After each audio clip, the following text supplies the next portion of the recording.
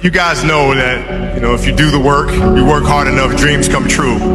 You know that, we all know that. But hopefully what you get from tonight is the understanding that those times when you get up early and you work hard, those times when you stay up late and you work hard, those times when you don't feel like working, you're too tired, you don't want to push yourself, but you do it anyway.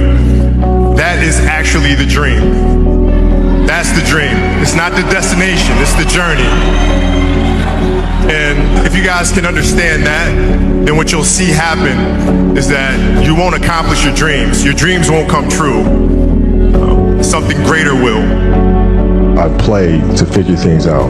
I play to learn something, right? Because I think if you play with a fear of failure, or you play with a will to win, or that supersedes your fear of failure, I think it's a weakness either way, right? Because if you play with the fear of failing, you'll have the pressure on yourself to play, to capitulate to that fear. If you play with the sense of I want to win, then you have the fear of what happens if you don't. But if you find common ground in the middle, in the center, then it doesn't matter. You're not fazed by either, right? And that enables you to really just stay in the moment, stay connected to it, and not feel anything other than what's in front of you. So I try to just be dead center. So if you fail on Monday, the only way it's a failure on Monday is if you decide to not progress from that, right? So to me, that's why failure is not existent. Because, if I fail today, okay, I'm going to learn something from that failure, and I'm going to try again on Tuesday. What I've learned is to always keep going. Always. There's been times, particularly early in my career, where it just feels like this is the end. But what I've come to find out is that, no matter what happens, the storm eventually ends. And when the storm does end, you want to make sure that you're ready. And so I've really learned to put one foot in front of the other, good, bad, or indifferent, because eventually that storm passes. I think the best way to prove your value is to work, is to learn, is to absorb, to be a sponge. But you always want to outwork your potential.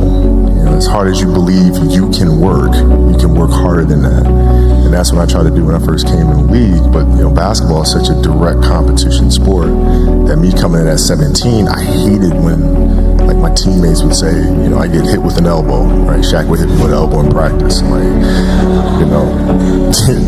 Nick Van Exel would come up and say, "Are you okay?" I'm like, "Motherfucker, what?" Imagine you wake up at 3, you train at 4, you go 4 to 6, come home, breakfast, relax, blah, blah, blah. Now you're back at it again, 9 to 11, right? You relax, and now all of a sudden you're back at it again, 2 to 4, and now you're back at it again, 7 to 9. Look how much more training I have done by simply starting at 4, right? And so now you do that, and as the years go on, the separation that you have with your competitors and your peers just grows larger and larger and larger and larger and larger. And by year 5 or 6, doesn't matter what kind of work they do in the summer, they're never going to catch up because they're 5 years behind.